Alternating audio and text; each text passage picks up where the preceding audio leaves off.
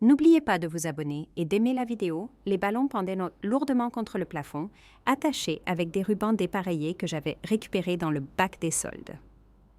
Le gâteau reposait sur la table, le glaçage taché par endroits parce que je ne pouvais pas me permettre d'acheter chez un pâtissier professionnel. J'avais dû le préparer moi-même après mon service de nuit. Mon fils, Hugo, tout juste 10 ans, courait à la fenêtre toutes les quelques minutes, pressant ses petites paumes contre la vitre, attendant que des phares s'arrêtent, des pas sur le perron, des rires qui débordent par la porte.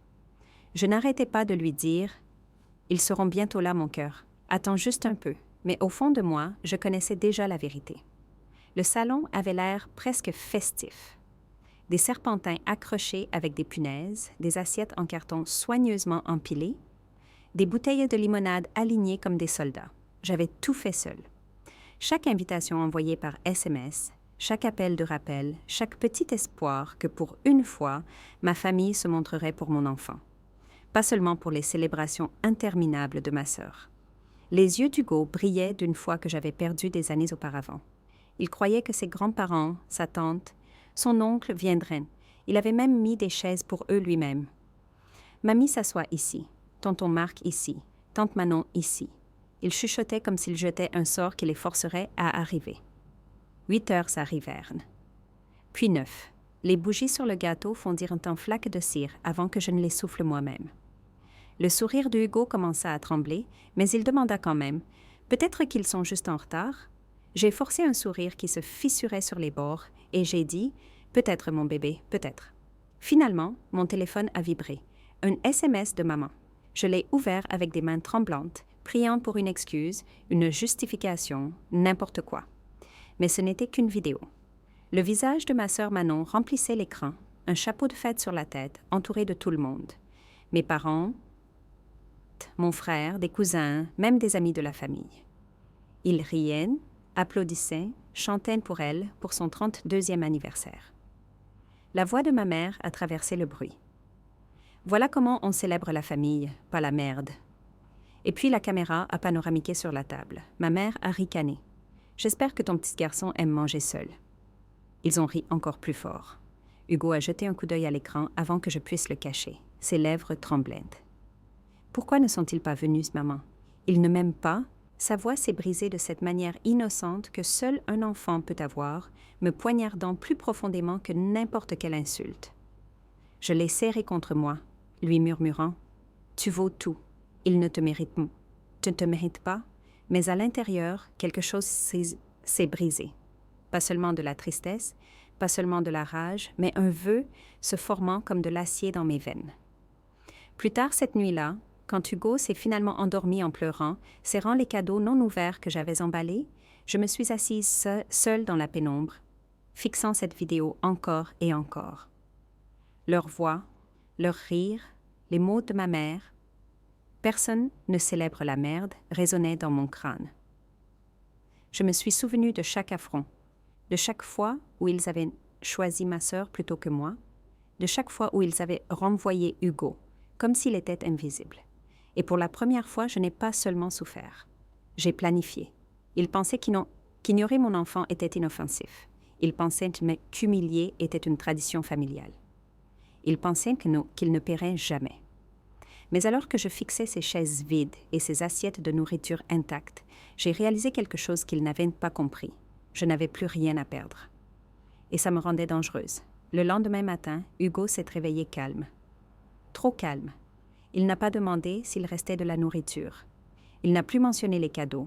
Il n'a même pas regardé vers la fenêtre, comme il l'avait fait la nuit dernière. Il a juste traîné son sac à dos sur son épaule et a dit « Ça va, maman, je n'avais pas besoin d'une fête, de toute façon. » Mon cœur s'est serré. Les enfants de 10 ans ne sont pas censés parler comme ça. Il aurait dû parler de jouets, de vélos, de jeux vidéo, pas de s'apprendre à ne pas attendre de l'amour. Je l'ai accompagné à l'école et quand il s'est retourné pour me faire signe, je me suis promis de ne jamais les laisser écraser son esprit à nouveau. Mes parents, mes frères et sœurs, ils pensaient que je continuerais à avaler ça, à recoller le cœur de mon fils avec de faibles excuses. Pas cette fois. Quand je suis rentrée à la maison, j'ai rejoué la vidéo que ma mère avait envoyée. Encore et encore, leur visage rougi par le rire. Mon père levant un verre et disant « Enfin, on célèbre quelqu'un de digne. » ma sœur envoyant des baisers à la caméra, tenant son gâteau de créateur hors de prix. Et maman applaudissant, prononçant ce mot encore une fois. Merde. Il n'avait pas juste oublié. Il voulait que mon fils et moi nous sentions petits. C'est à ce moment-là que mon idée a commencé à se former. Ils avaient passé toute leur vie à construire une image, la famille parfaite, ma sœur, la réussite, la fille en or. Mes parents, les fiers gardiens, qui avaient élevé une étoile brillante. Chaque fête, chaque jour férié, chaque photo postée en ligne était une autre pièce de cette illusion. Et Hugo et moi étions toujours l'ombre qu'ils essayaient de recadrer. Donc, s'ils prospéraient grâce à l'image, c'était ça que j'allais leur prendre. Pas avec une caméra, pas avec un post viral. Ils verraient la chose s'effilocher de l'intérieur, là où aucun like ou partage ne pourrait les sauver. J'ai commencé petit. J'ai appelé mon frère Marc. Je lui ai dit calmement « Tu as laissé mon fils assis dans une pièce vide hier soir. Étais-tu fier quand maman l'a traité de merde? » Le silence s'était tiré sur la ligne avant qu'il ne marmonne. « Ne me mêle pas à ton drame. L'anniversaire de Manon était important. Hugo n'est qu'un enfant. Il s'en remettra. » Cette phrase a allumé un incendie en moi. Il s'en remettra. Comme si la douleur des enfants était jetable. Comme si les larmes de mon fils étaient un bruit de fond. L'étape suivante fut plus difficile. Je suis retournée chez mes parents. Ils étaient assis à table, riant des restes de gâteau de la fête de ma sœur. Les premiers mots de maman quand elle m'a vue furent un t. Oh, voilà la mendiante. Tu n'as pas eu assez de pitié hier soir? Papa n'a même pas levé les yeux de son assiette. J'ai laissé tomber sur la table les invitations que j'avais imprimées des semaines auparavant. Chacune portait le nom d'Hugo, en gros, caractère gras. L'heure, le lieu, la promesse de célébration. Vous avez ignoré ça. Vous l'avez ignoré. Et vous avez ri pendant qu'il pleurait. Ma voix tremblait, mais pas de faiblesse. Avec quelque chose de tranchant, quelque chose prêt à couper. Maman a ricané. Parce qu'il n'en vaut pas la peine. Les enfants comme Hugo ne brillent même pas. Manon brille. C'est pourquoi les gens se montrent pour elle. C'est pourquoi on dépense de l'argent pour elle. Tu aurais dû savoir qu'il ne fallait pas gaspiller ton énergie pour une fête pour personne. Papa a finalement levé les yeux vers moi, sa voix basse, presque un grognement. Arrête d'essayer de nous entraîner dans tes échecs. Ton garçon est invisible. Plus tôt tu l'accepteras, plus ce sera facile. Invisible. Ce mot a tout scellé. Je n'ai pas crié. Je n'ai pas pleuré. J'ai simplement dit « Alors je ferai en sorte qu'il soit le seul que les gens voient. Et quand cela arrivera, vous souhaiterez vous être montré pour lui quand vous en aviez l'occasion. » Je suis partie avant qu'il ne puisse répondre. Mes mains tremblaient, mais mon esprit n'avait jamais été aussi clair. Ils voulaient que Hugo soit invisible. Très bien, j'allais leur retirer leur projecteur jusqu'à ce que le monde qu'ils avaient net construit autour de Manon, leur précieuse étoile, s'effondre. J'ai commencé doucement. Des appels téléphoniques discrets, des changements subtils. J'ai contacté des gens auxquels ils tenaient, des gens qui pensaient que mes parents étaient les grands-parents parfaits. Je n'ai pas hurlé, je n'ai pas crié. J'ai simplement raconté la vérité sur les chaises vides, les invitations sans réponse, les mots qu'ils avaient utilisés pour leur petit-fils. Un par un, ses amis sont devenus froids envers eux. Et puis je suis passée à Manon. Elle avait un dîner de remise de prix à venir. Un autre moment sous les projecteurs. Invitation envoyée, photographe réservé. Je n'avais pas besoin de ruiner le dîner lui-même. J'avais juste besoin de rediriger tous les regards. Il ne s'agissait pas de les humilier en ligne. Il ne s'agissait pas d'un seul moment de vengeance bruyant. Il s'agissait de démanteler la fondation sur laquelle ils se tenaient, brique par brique, jusqu'à ce que l'absence d'Hugo dans leur vie devienne le trou qu'ils ne pouvaient pas cacher. Et je ne faisais que commencer. La nuit du dîner de remise de prix de Manon est arrivée, celui dont mes parents se vantaient depuis des semaines. Notre fille, l'étoile montante, avait répété ma mère à quiconque voulait écouter. Hugo était assis à côté de moi à la table de la cuisine, pliant soigneusement des serviettes en forme qu'il avait apprises à l'école. Il ne savait pas exactement ce que je planifiais, seulement que je lui avais promis qu'il ne se sentirait plus invisible. Cette semaine-là, j'avais travaillé en silence, tout mis en mouvement. J'ai contacté les organisateurs de l'événement, des gens que mes parents croyaient adorer. Je n'ai pas été dramatique à ce sujet. J'ai simplement expliqué qui ils étaient. Je leur ai raconté comment mes parents riaient pendant que leur petit-fils était assis seul le jour de son anniversaire, comment ils l'appelaient « merde », comment ils exigeaient qu'ils soient invisibles pour que leur fille préférée puisse briller. Je n'avais pas besoin d'exagérer. La vérité elle-même était assez tranchante pour couper à travers chaque faux sourire qu'ils avaient jamais porté. Au début, les organisateurs étaient sceptiques. Les gens ne veulent pas croire à une cruauté aussi nue, mais ensuite, je leur ai montré l'enregistrement, la vidéo que ma mère m'avait envoyée, son rire, ses mots exacts. Personne ne célèbre la merde. L'audio était clair comme le jour, et la voix de mon père intervenant avec son toast suffisant. Enfin, on célèbre quelqu'un de digne. Leur propre fierté était devenue la lame que j'ai tournée contre eux. Les retombées ont été plus rapides que je ne l'avais imaginé. Ce soir-là, alors que les invités entraient dans le grand hall, les murmures ont commencé à se répandre. Les visages se sont tournés vers mes parents avec hésitation, confusion, puis dégoût. Manon se tenait à l'entrée dans sa robe de créateur, attendant les applaudissements qui déferlaient habituellement sur elle. Au lieu de cela, elle a été accueillie par un silence si épais qu'il l'a fait tressaillir. Mes parents ont forcé un rire. Ma mère sifflant. « Ignore-les. Continue juste de sourire. » Mais la marée avait déjà tourné. L'hôte de la soirée a pris la scène et, au lieu d'éloges lumineux, il s'est adressé à la foule avec un changement glaçant. Ce soir, nous célébrons la réussite, mais nous nous souvenons aussi de la responsabilité de la famille. Nous ne pouvons pas fermer les yeux sur la cruauté. Des halètements ont balayé la salle lorsque la vidéo a été diffusée.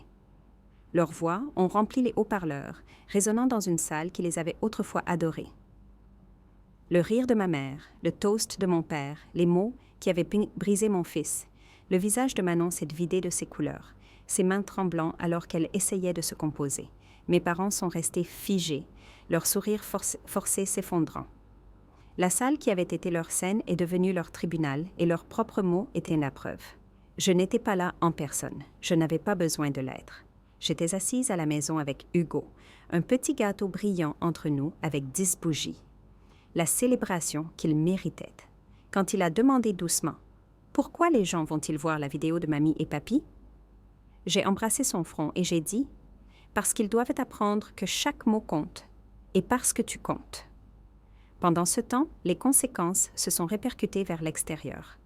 Les amis de mes parents ont coupé les ponts du jour au lendemain. Les clubs sociaux qu'ils affichaient ont fermé leurs portes. Les sponsors de Manon ont tranquillement retiré leurs offres. Le dîner de remise de prix qui était censé la couronner est devenu le moment où elle et mes parents ont perdu tout ce sur quoi ils avaient construit leur fierté. Le lendemain, mon téléphone a vibré avec appel après appel. La voix de ma mère était paniquée. « Comment as-tu pu faire ça? Tu nous as ruinés! » La colère de mon père se fissurait sur les bords. « Ingrate, tu vas le regretter. » J'ai raccroché. Je n'avais plus de place pour leur poison. Mais la vraie victoire n'était pas leur chute, c'était Hugo. La semaine suivante, lorsqu'il est entré à l'école, des enfants qui ne l'avaient jamais remarqué auparavant sont venus en courant. « Hé, joyeux anniversaire en retard. On a entendu ce qui s'est passé. Tu es incroyable, Hugo. » Son enseignante m'a lancé un regard rempli de larmes. Et plus tard, elle m'a dit qu'elle avait parlé à la classe de la gentillesse, de se lever pour ceux qui se sentent invisibles. Pour la première fois, Hugo n'était pas seulement l'ombre, il était vu. Des semaines ont passé et mes parents continuaient à s'effondrer, désespérés de récupérer leur réputation. Mais les réputations peuvent être reconstruites. Ce qui ne peut pas l'être, c'est la confiance, le lien avec le petit-fils qu'ils avaient écarté comme des ordures. Hugo ne demandait plus si mamie ou papy viendrait, il n'attendait plus à la fenêtre une famille qui ne se montrerait jamais. Il avait cessé d'avoir besoin d'eux et, à la place, il s'est appuyé sur l'amour que je lui donnais. L'amour qu'il n'aurait jamais pu donner. Un soir, des mois plus tard, j'ai vu ma mère debout devant notre immeuble. Son visage était pâle, ses cheveux en bataille, sa posture autrefois parfaite s'affaissait. Elle a supplié « S'il te plaît, laisse-nous expliquer. Nous avions tort, nous avons besoin de lui, nous avons besoin de toi. » J'ai ouvert la porte juste assez pour qu'elle puisse voir Hugo derrière moi, assis en tailleur sur le sol, réparant soigneusement la chaîne de son nouveau vélo, celui que j'avais acheté avec l'argent de mes heures supplémentaires. Il a levé les yeux vers moi, puis vers elle, et a simplement demandé « Maman, c'est qui ?» Ses lèvres tremblèrent.